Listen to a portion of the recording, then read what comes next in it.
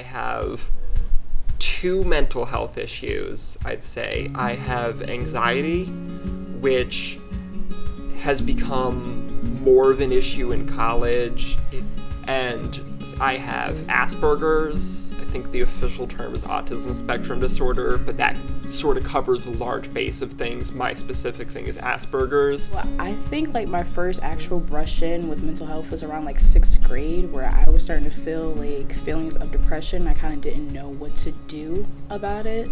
And when I talked to my family about it, they kind of really didn't know what to do about it. And I thought that there was something wrong with me. So I kind of took it upon myself to start like searching what is depression. And I realized it was a common thing. Mental health, I feel like in my high school career, it was something that was easily avoidable, because I think I went to high school at a transitional period of it where it was starting to more so come to light. So like anxiety, depression, just feeling ways that I couldn't put like names to how I was feeling, I would always kind of avoid it. Mental health for me has kind of just, I've learned to form a shell over myself and kind of just keep all of my feelings bottled up. And necessarily when I wanted to talk about it is when somebody asked me, and it necessarily had to be a close friend. I would never really seek out for help. Mental health has been like a core part of my life since the beginning. Both of literally my whole family, they all struggle with mental health. Both of my parents really difficultly. Like my mom's manic depressive, bipolar disorder, anxiety disorder. My dad, anxiety disorder, depression. My uncle, schizophrenia. So it's kind of consumed my life.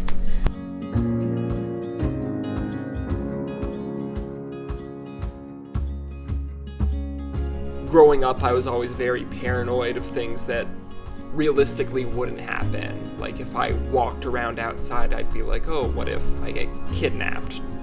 For sort of just a every now and then example, just this unnecessary worrying that something bad might happen, even if there's no indication. And in college, it got a lot worse, a lot more imperative. I would, for example, if I felt I was falling behind on an assignment, my mind would just go not really blank, but just flood with all of the worst possible outcome.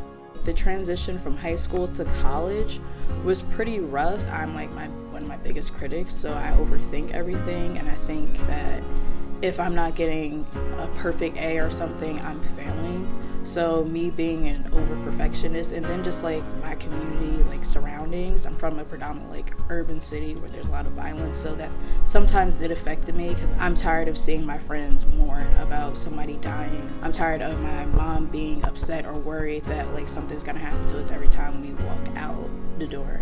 So it was a mixture of that, but then it was mainly me being too hard on myself that kind of affected my anxiety and depression. I feel like in college, you have time, but you don't.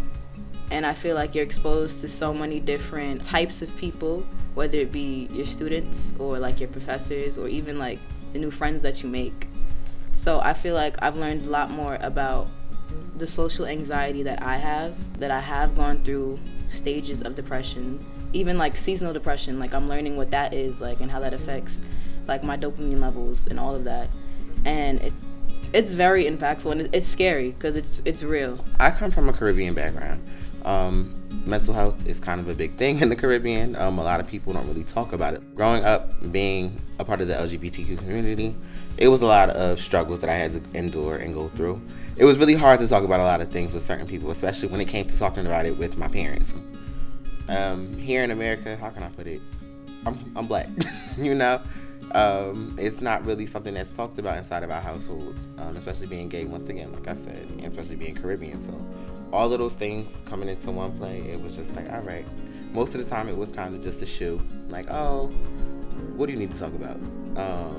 Get over it. You'll be okay. My dad was an addict. He was in jail when I was born, and then he got out of jail. He was around until I was about 15 maybe, and then he got arrested again and went to jail again. What my diagnosis initially was an abuse-induced anxiety. So that came from my dad and just living in that environment. I grew up in Trenton. We had mice, we had no running water, no heat in the wintertime. Like, some guy got shot in the head, literally, like, down the street from me. So, I mean, growing up in that environment, it was really difficult. I would say, like, the brunt of my mental health issue came probably in high school until last year. I'm just struggling a lot with depression, like eating disorders, self-harm, PTSD type of thing, sexual assault. Yeah, so I've been in therapy, I think, continuously for at least 6 years. Last year, I used to be a CAPS mental health ambassador, and our main thing was, like, trying to promote that, like, talking about your mental health is okay and decreasing the stigma around mental health, because if someone doesn't have the resources back home or they don't have that family support system, they don't know where to go and they end up feeling lost. And even on top of that, they don't even feel comfortable, like, opening up to someone. So they'll have to, like, ignore that they are depressed or ignore that they do have anxiety, or even something worse, because they don't know how to go about talking to someone, or they feel like if they do talk about it, there's actually something wrong with them and it's an issue. It's a lot to realize that you actually have a mental health illness. It's a lot to cope with, especially if you don't have that actual support system back home to, like, talk about it with someone. I think it's just important to know that this is such a common thing.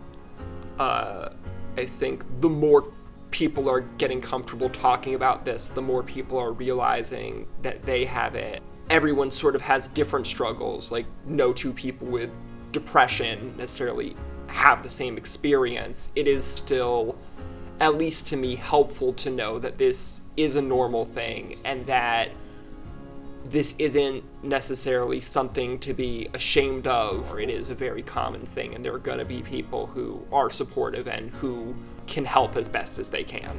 You have to take a lot of time to yourself. Figure out what you can do or how can you battle those demons yourself, rather than trying to give the open wound to somebody. I feel like a lot of people don't understand, when you sit there and internalize a lot of situations on your own, you find out so much more about yourself and what you can handle. But once you step out of your realms, knowing that you're ready, bring those things that you learned while you were by yourself internalizing certain things, and then give it to them, because then it gives them an understanding of what you've been through, how you dealt with it, and how can we help you. I think me talking about it and others talking about it and people being like, wow, like, this is, like, a real thing and it really affects people. I think, you know, just the bravery of talking about it and sharing can really impact older generations and generations now, like younger generations, just to see, like, you know, it's safe to do this, it's important to do this, and you really help others by doing this.